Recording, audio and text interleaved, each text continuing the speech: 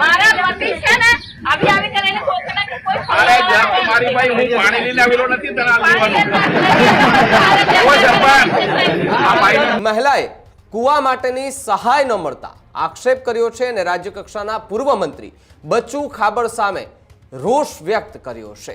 લોકો એમને કહી રહ્યા છે કે સાહેબ જુઓ આવું થાય છે। આ પ્રકારના વિડીયો સોશિયલ મીડિયા પર વાયરલ થાય છે।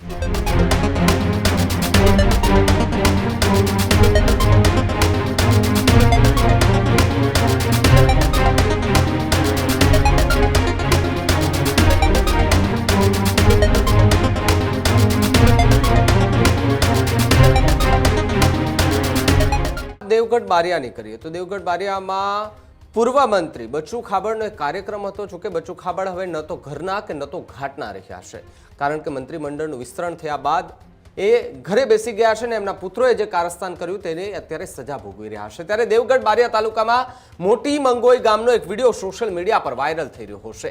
મોટી મંગોઈ ગામની સભાનો વિડીયો સોશિયલ મીડિયા પર વાયરલ થયો।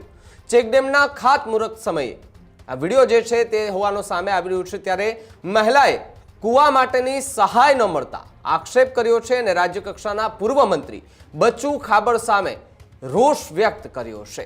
જાહેર સભામાં ખુલ્લે આમ નારાજગી વ્યક્ત કર્યાનો વિડીયો જે છે તે હાલ સોશિયલ મીડિયા પર વાયરલ થઈ રહ્યો છે। સરપંચ પર વિકાસ કામો માટે પૈસા ઉઘરાવવાના આરોપ પણ લગાડવામાં આવ્યા છે। વિડીયો વાયરલ થતાની સાથે જિલ્લાભરમાં રાજકીય ગરમાવો જોવા મળી રહ્યો છે।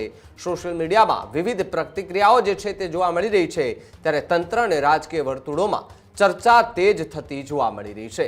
બીજી તરફ જો વાત કરવામાં આવે તો પૂર્વ મંત્રી બચ્ચુ ખાબડ કે જેમના પુત્રએ મનરેગા કૌભાંડમાં કરોડો રૂપિયાનું કૌભાંડ આચર્યું હતું, બાદમાં ગાંધીનગરમાં પણ બચ્ચુ ખાબડે જોવા નહોતા મળતા, કારણ કે જો ત્યાં જોવા મળે તો એમના પર સવાલો ઉભા થતા હતા અને મીડિયા સતત ને સતત એમને સવાલોના ઘેરામાં ઘેરતી હતી। એટલા માટે એ ગાંધીનગરમાં પણ ખૂબ ઓછા જોવા મળી રહ્યા હતા। તે દરમિયાન મંત્રીમંડળનું વિસ્તરણ થયું અને સૌ કોઈને એવું લાગતું હતું કે ભાઈ આટલું મોટું કૌભાંડ કર્યું છે તો ભારતીય જનતા પાર્ટી કેમ બચ્ચુ ખાબડને પક્ષમાંથી રાજીનામું અપાવીને છૂટા નથી કરી દેતા।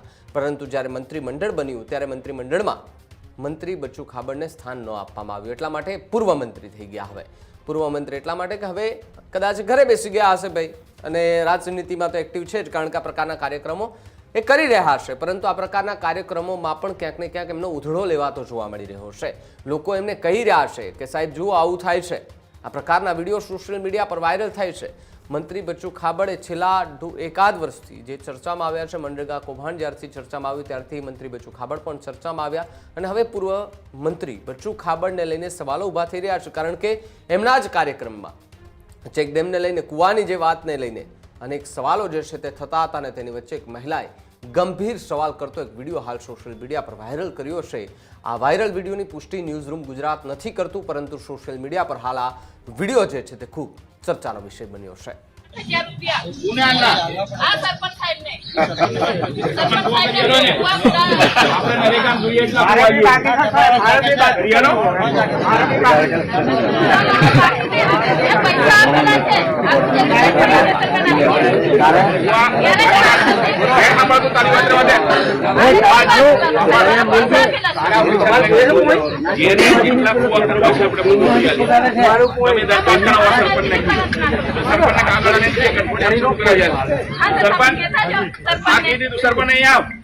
મારા પતિ છે ને આવી આવી કરીને કોકના કે કોઈ અરે જા મારી ભાઈ હું પાણી લઈને આવેલો નથી તને લેવાનું ઓ સરપંચ આ ભાઈ હું છે કુવાનું મારા કોઈ પૈસા આપેલા કરાયો તો નરેગા કરાયો તો તને જે કોઈ તો થશે તે મને કોઈ નથી માજે ભરાડ કરી ઈ દેતી હમણે એવું થોડી કે ન્યાય એ કરી આલે છે ભાઈ કોઈ કરી આલે તારા વોટની મીઠી મત મારે અરે તમને આલવાની હાથ જોડી મને આલા પૈસા પૈસા નહીં આપ્યા તમને કોના સરપંચ સાહેબને વાત કરી હમને તમારા ત્યાં ગામમાં રહી સર ગામનો પણ તપને વાત કરવાની પછી અમે કે સૂચના એને આપી દીધી સરપંચને કુવો મંજૂર કરીને શરૂ કરી આલશે।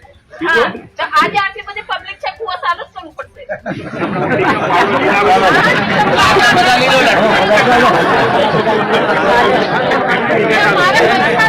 મારે આ પ્લાન છે તું એકમ નથી એ તાવાનું છે ને ચાલો બધા બોલા